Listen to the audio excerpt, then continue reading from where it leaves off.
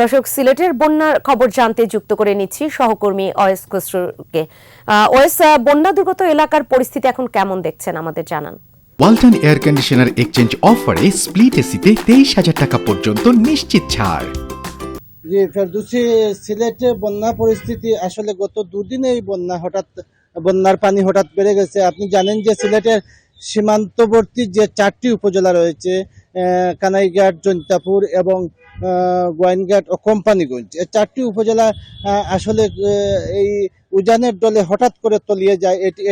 এটি কিন্তু একদিনের বিষয় না, এটি বছর বছর হয়ে থাকে। এবং সিলেটে কাল রাতে যে ডলটা নেমেছিল সেই ডলে সিলেটের জৈন্তাপুর এবং গোয়াইনঘাটের বিস্তীর্ণ এলাকা তলিয়ে গেছে এবং বহু মানুষ পানিবন্দী হয়ে পড়েছিলেন। রাতে প্রশাসনের কর্মকর্তারা এবং জনপ্রতিনিধিরা মিলে অনেক লোকজনকে উদ্ধার করে ইতিমধ্যে অর্ধশতাধিক যে আশ্রয় কেন্দ্র আছে সেগুলোতে নিয়ে গেছেন। তবে আসার কথা হলো যে এখন বৃষ্টি থেমে যাওয়ায়, উজানের বৃষ্টি থেমে যাওয়ায় পানি কমছে, পানি মানে বাড়ছে না।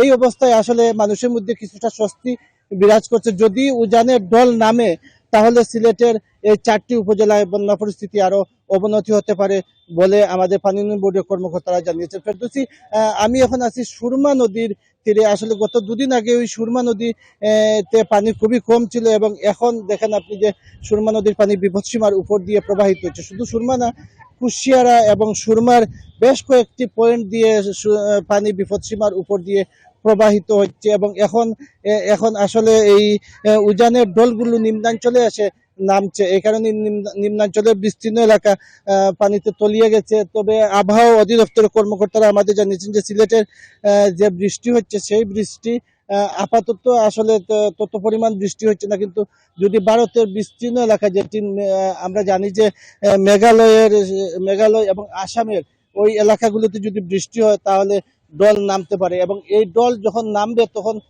বিশেষ করে সীমান্তবর্তী জকিগঞ্জ, কানাইঘাট, জৈন্তাপুর, গোয়াইনঘাট এবং কোম্পানিগঞ্জের পরিস্থিতি আরো অবনতি হতে পারে। সেটি আসলে আবহাওয়ার পূর্বাভাসের উপর নির্ভর করবে। তবে সকাল থেকে আমরা দেখেছি যে সীমান্তবর্তী এলাকায় বিজিবি কর্মকর্তারা ইতিমধ্যে তাদের কাজ শুরু করেছেন। পুলিশের পক্ষ থেকে রাত থেকে কাজ শুরু করা হয়েছে। জেলা প্রশাসন আমাদের জানিয়েছেন যে আশ্রয় কেন্দ্রে আশ্রয় নেওয়া মানুষগুলো যাতে অভুক্ত না থাকে সে ব্যাপারে তারা উদ্যোগ নিচ্ছেন। ফেরদৌসী, এই ছিল সিলেটের বন্যা পরিস্থিতির সর্বশেষ খবর আমার কাছে। জি, ওয়েস খসরু, আপনাকে অসংখ্য ধন্যবাদ। দর্শক, সিলেটে একদম সুরমা নদীর পাড় থেকে আমাদেরকে বন্যার সার্বিক পরিস্থিতি জানাচ্ছিলেন সহকর্মী ওয়েস খসরু।